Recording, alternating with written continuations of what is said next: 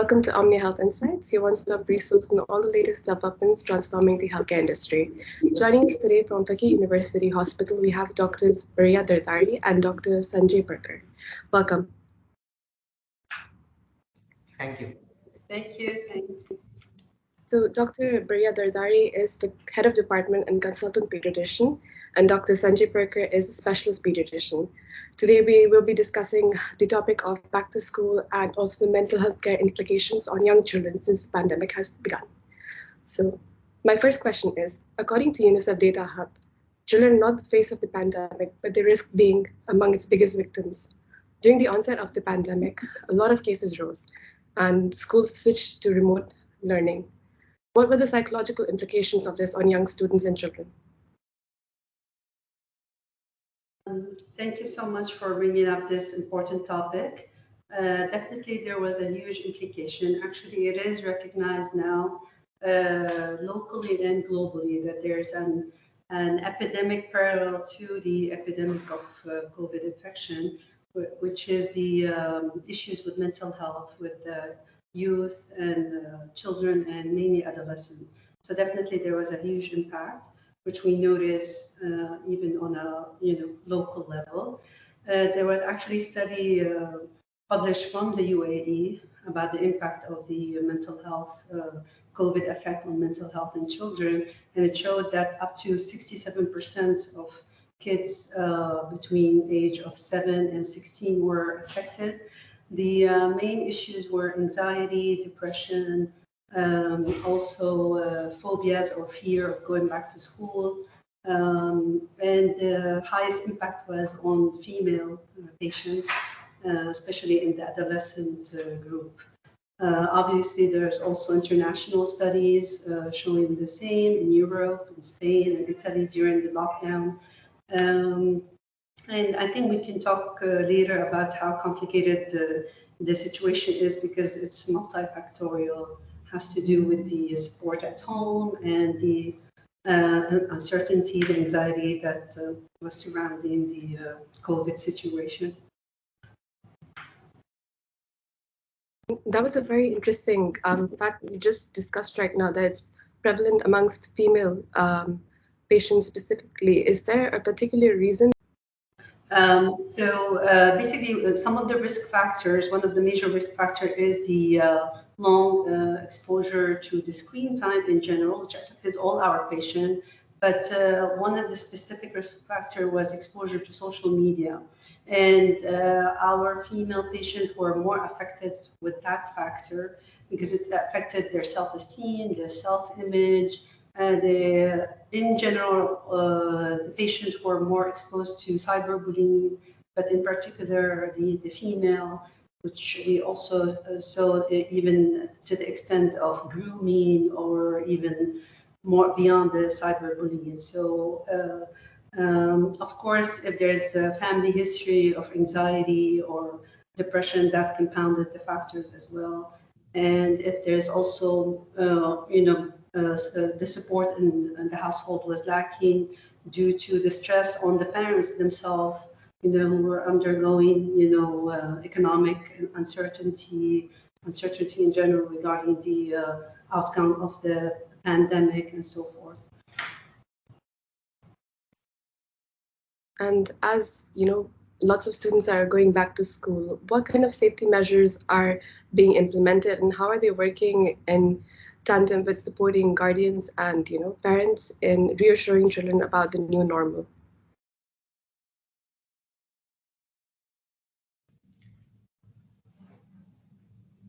Hi.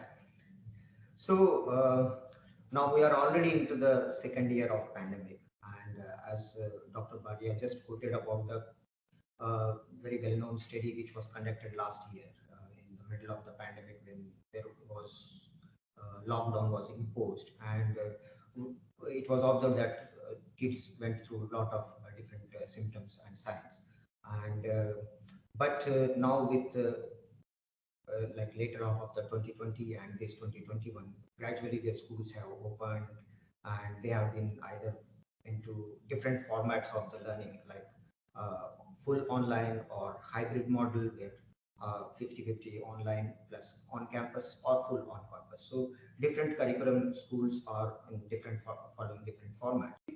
It all comes to the safety of the children, be it transportation or be it in the classroom or in the campus, including social distancing, wearing of masks, sanitation stations, and frequent disinfecting the campuses, as well as temperature checkups and similar safety measures in the transportation also.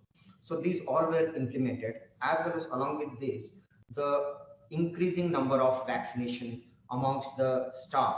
That was one of the very important factor. And then the second thing which came is like vaccination of 12-year-old kids and above age group. So these all things have cumulatively contributed to like increasing the confidence of parents and guardians in sending the kids back to the school. So I think these are the things which are really helpful. And standing in 2021 in this month, I think parents are more confident, and in coming months and in coming time, they will be more willing as well to opt for on-campus learning. So these things are really helpful. So, as adults, when we are adapting to the new normal, and the implications of it have been quite challenging at times to kind of adjust to. How has it been like for children? Because for younger people, this might have been quite an adjustment, and was the factor that there have been a rise in cases difficult for them to understand, and what kind of an implication was there when they realized that there were growing cases, and how has that affected their mental health?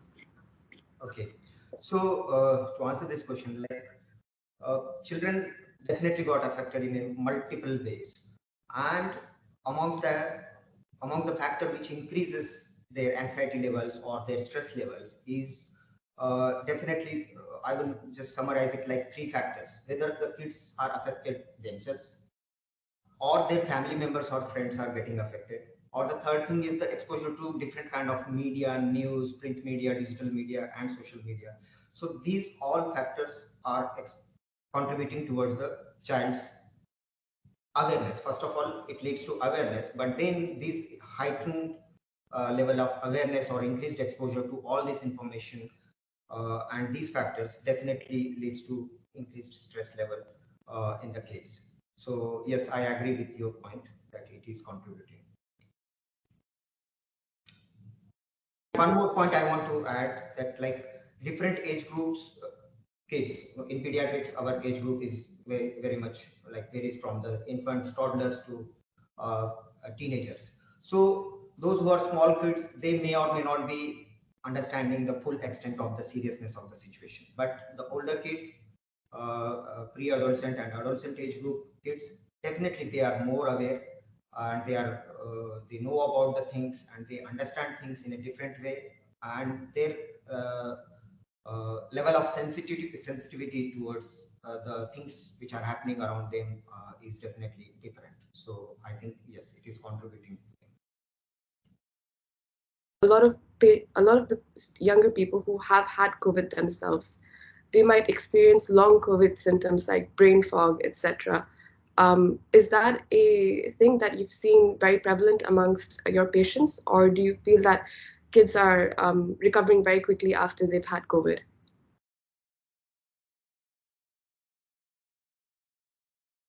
Shall I? Yes, please, Dr. Sanjay. Okay. So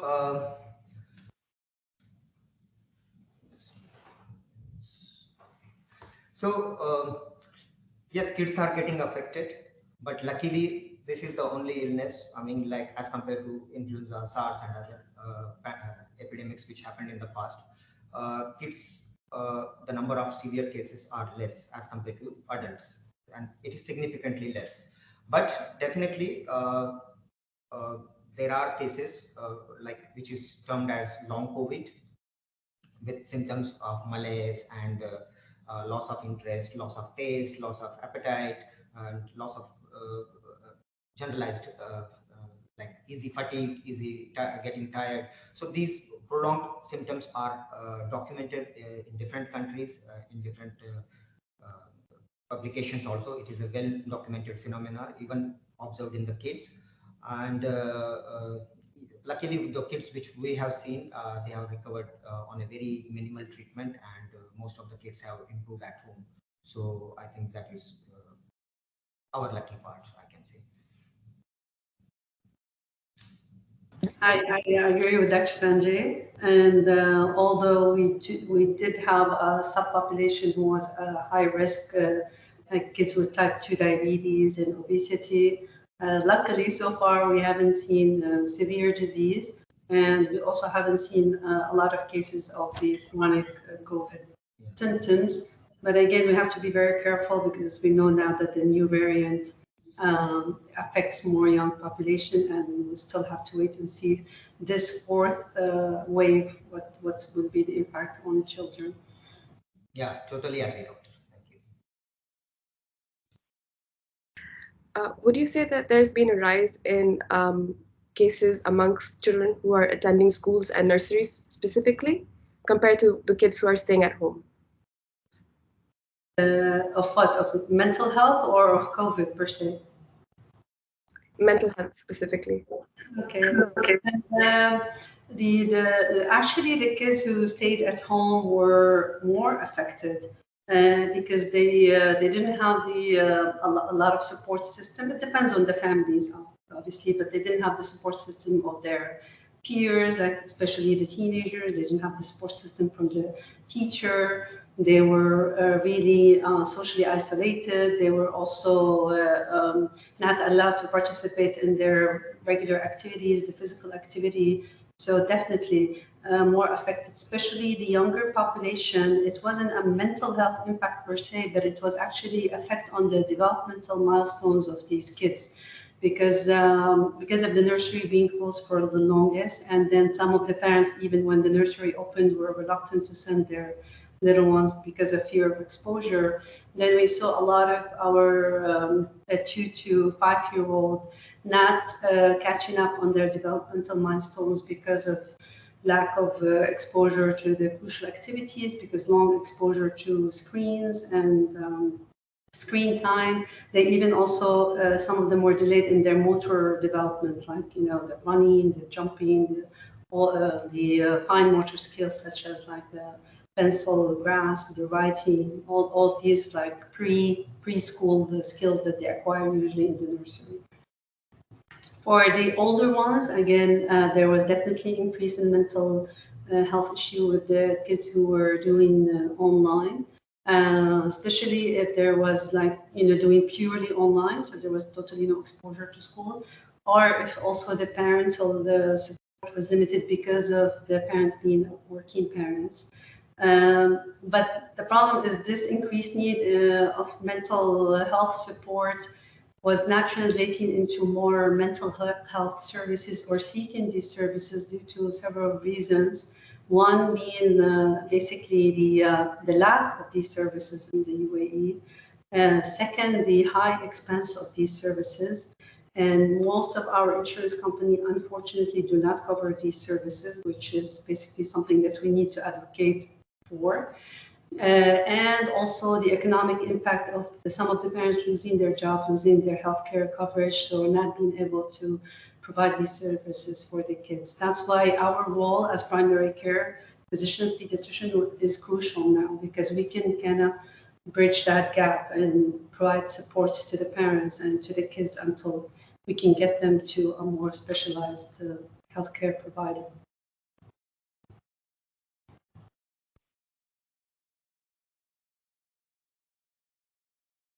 So as we are globally trying to recover, and there's this transition period between the present and the new normal, what would be the impact on children, and what kind of methods will ease that transition period? Okay. So this word called new normal, it has come into usage with all the changes that has been literally pushed up on us, and we have started adjusting in last 1.5 years. So with all the social distancing or health safety measures, and the way we communicating, the way we are using the digital media, So this is called a new normal. So now it is definitely going to have some kind of impact on adults as well as kids. Now, talking about the kids, I can divide it into either positive impact or negative impact. So basically, I want to start with positive impact. So it has definitely guided us to explore different technologies of media and artificial learning and using different technologies, apps. So that is one part. Second thing is this will definitely pave a way how the careers are formed in the future. So that is another thing which will happen. So that will be only with coming time we will come to know about all these future changes. But it would be definitely exciting, I think so. Other than this, the human part, because of this COVID, definitely a lot of people and a lot of families, uh, those who are in a better position to help others, they are in a more good situation to empathize with other people who are suffering. So, like helping nature has increased. I have observed it myself. Like those people who have never done any kind of philanthropy in their life, they have started doing it because they are in better situation and they are thankful for that thing. So I think we are a role model for our kids, and our kids are definitely learning these good things also from us. So I think these are the positive impacts. Now coming to negative impacts, of course there is a big list. Uh, all this anxiety related stuff and mental stress. Apart from that, coping with the new ways of learning, it may or may not be equal for everyone. And in other parts, luckily UA is in a very good situation, but in other parts of the world, there has been a big digital divide has been created amongst a significant proportion of population. So that is the thing which is going on.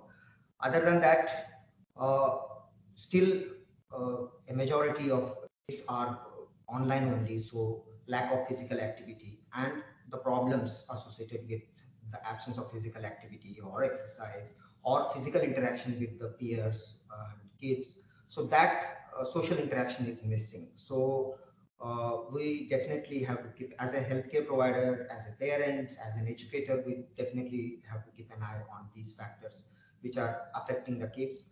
And yes, its effect on psychological and personal development, these all things are uh, there.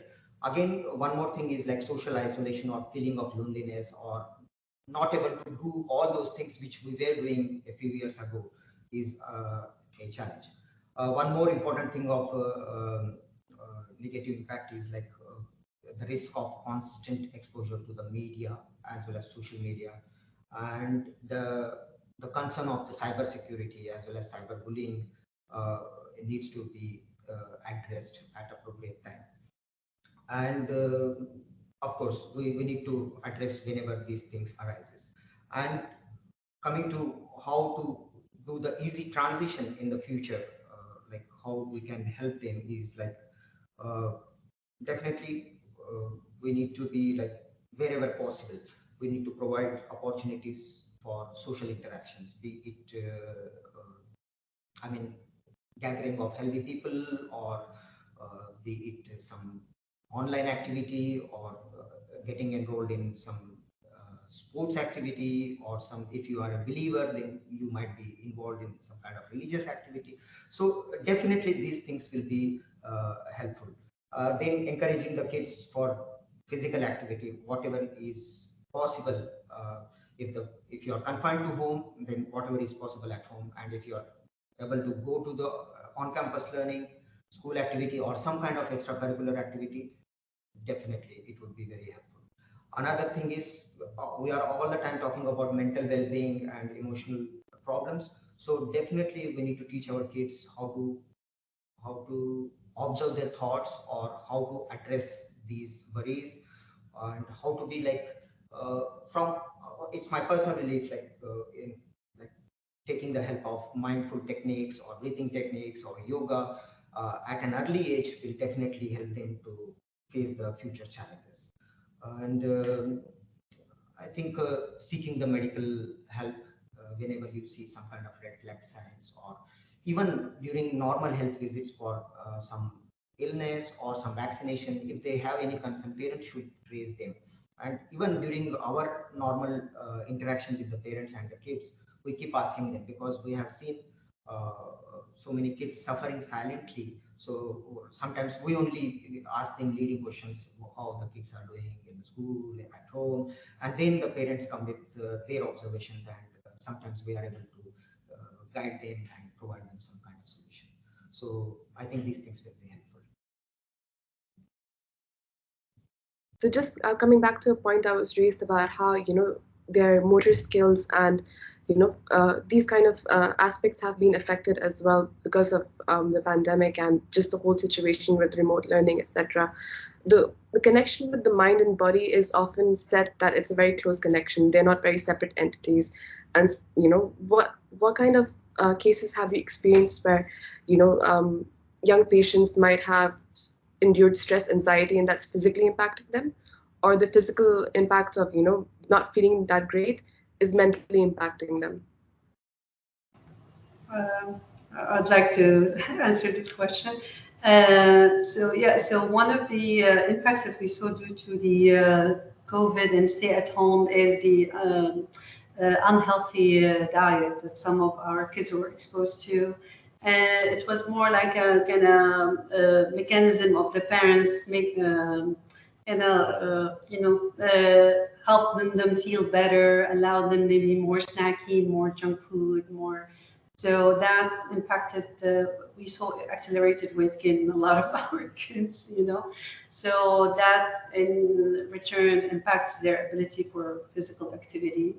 And we know also that the gut-brain connection is very strong. So also with our teenager, due to unhealthy diet, that also can in return affect their mood because of the abnormal serotonin excursion.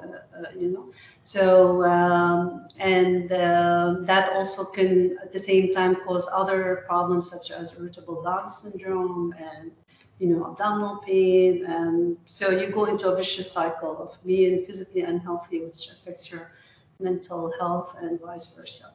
So definitely a good point.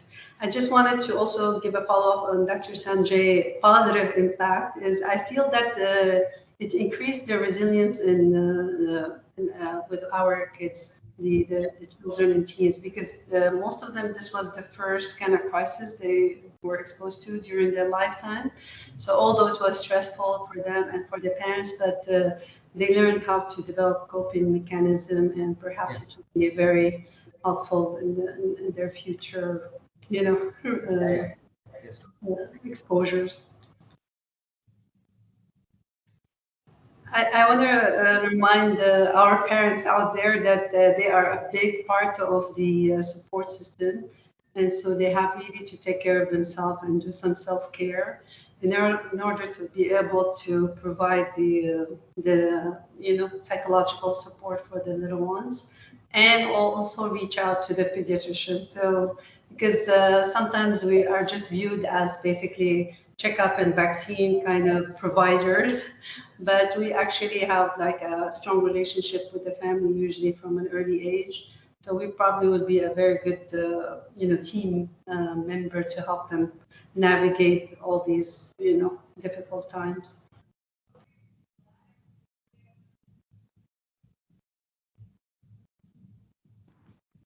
I think I might have a final question though, just based on that response. So I think healthcare has really gravitated from just being a checkup, report kind of facility to a multidisciplinary practice where now more than ever, as a pediatrician, there must be other kind of multidisciplinary treatments that go hand in hand in ensuring your patients are at their best. So could you just give me a little bit of an insight about how from pediatric side of things that's kind of grown? Do you feel there's a multidisciplinary approach, or do you feel like it's just very traditional at the same time, or just your insight would be really great on that? Dr. Sanjay, you want to start? Or yeah, I think multidisciplinary team approach is the future of the medical healthcare. Not only pediatrics, in adults and in super specialties also, that is the approach. And I'm sure Dr. Bariah's experience as well as my experience is similar, that in the past also, wherever we have worked, we have the team approach was always our focus. And even the pediatrician is always a first point of contact, where the family or the child comes into contact, and we try to pick up as many things at the earliest stage as possible, but we will never hesitate to involve the rest of the specialties also. So and that is the best way to provide the solutions, and not only solutions but the best solution to be provided. Yeah, I think we're though navigating against a trend of shortened medical visits and insurance restrictions. But despite that, we're still holding our ground to give enough time to the family, to the kids. As Dr. Sanjay said, we have frequent follow-ups with our families, so we can catch up or follow up on any issues. We are also lucky to have the Tele Consultations now, so even if it's physically hard for the working parents to come and visit us, we can reach them. We also have we can communicate with them via email and WhatsApp. So we are more reachable to the families, but again, we're gonna have to make sure that we're making it a point every visit, because sometimes the time restrictions make it hard.